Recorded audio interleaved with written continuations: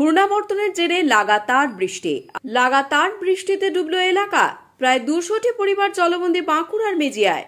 আর সেই বৃষ্টিতেই জল জমে বানভাসী অবস্থা বাঁকুড়ার মেজিয়া রেল কলোনি ও গার্লস স্কুল কলোনির। এই দুটি এলাকা মিলিয়ে প্রায় 2 শতাধিক পরিবার জলবন্দী। এই ঘটনার জন্য এলাকায় বেহাল নিকাশি ব্যবস্থাকেই কাঠগড়ায় তুলেছেন স্থানীয় বাসিন্দারা। বাঁকুড়ার মেজিয়া রেল কলোনি এলাকা তুলনামূলকভাবে নিচু এলাকা হিসেবে পরিচিত। অল্প বৃষ্টিতেই সেখানে জল জমে বানভাসী অবস্থা তৈরি হয়। সম্প্রতি এলাকার নিকাশি নালার মুখে মাটি ভরাট করে একের পর এক বাড়ি তৈরি হওয়ায় নিকাশি ব্যবস্থা পুরোপুরি ভেঙে পড়ে। এই অবস্থায় ঘূর্ণাবর্তনের জেরে গতকাল সকাল থেকে প্রবল বৃষ্টি শুরু হওয়ায় এলাকায় জল জমতে শুরু করেছে। আজ এই এলাকার অধিকাংশ বাড়ি জলবন্দী হয়ে পড়ে। বেশ কিছু বাড়ির একতলা পুরোপুরি জলের তলায় চলে যায়। কোমর সমান জল জমে যায় রাস্তাতেও। এই অবস্থায় গ্রামের রাস্তা দিয়ে চলাচল কার্যত বন্ধ হয়ে যায়। তবে শুধু মেজিয়া রেল কলোনিতেই নয়, মেজিয়া গার্লস স্কুল কলোনিতেও একই জল যন্ত্রণার ছবি।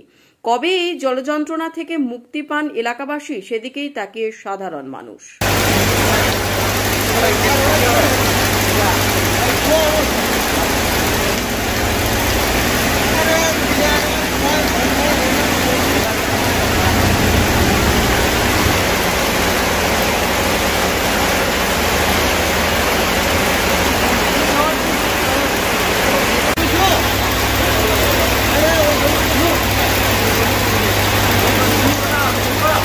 বর্তমানে রেল কলোনির অবস্থা তো খুব শোচনীয়, কারণ এখানে যে কালভার্ট গুলো আছে সেগুলো এমন ভাবে বন্ধ হয়ে গেছে যে গোটা পাড়াতে জল ঢুকেছে। মানুষ তো বাড়িতে থাকতে পারছে না।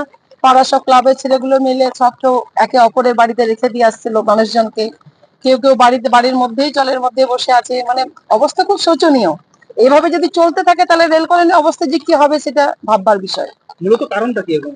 মূলত কারণটা এই যে বৃষ্টি হচ্ছে, চারিদিকে যে যাওয়ার যে নিম্নগামী যে জলের তো কাজ হচ্ছে নিচে দিকে যাওয়া, এবং নিচে দিকে যে জলগুলো যায় সেইগুলো যে ফুল হয়ে যাচ্ছে, মাটি দিয়ে পূরণ করে নিচ্ছে, বাড়ি করে নিচ্ছে, যার জন্য কালভার্টে যে জল যাওয়ার অবস্থা সেটা তো শুরু হয়ে যাচ্ছে। আর যত শুরু হয়ে যাচ্ছে তত সেই জলের সামনে মানুষের বাড়িতে ঢুকছে।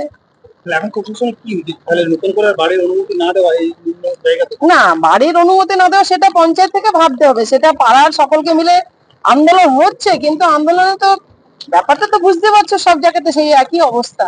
কিন্তু এই মানুষের কথা প্রশাসনকে ভাবতে হবে। প্রশাসন ভাবছে না তা নয়, কিন্তু আরো ভাববার প্রয়োজন আছে। বর্তমানে পরিবেশ অবস্থা খুবই খারাপ। প্রত্যেক বছর তো বন্যাতে এই অবস্থা হয়।